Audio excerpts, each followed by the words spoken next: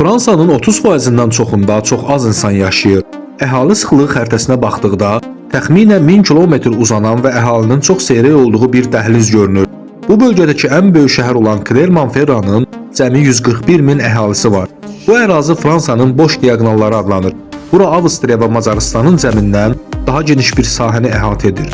Fransada orta əhali sıxlığı hər kvadrat kilometrə 120 nəfər olduğu halda bu diaqonal daxilində bu rəqəm 30 nəfərə qədər düşür. Bunun əsas səbəblərindən birincisi əsrlər boyu davam edən sürətli urbanizasiyadır.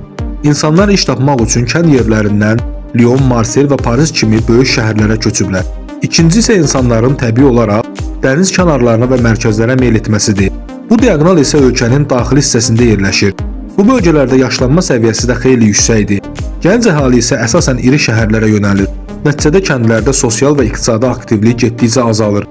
Son illərdə dövlət bu əraziləri canlandırmaq üçün müxtəlif regional inkişaf proqramları həyata keçirməyə çalışır. Buna baxmayaraq yaxın gələcəkdə bu boş diaqonalın tam şəkildə dolması real görünmür.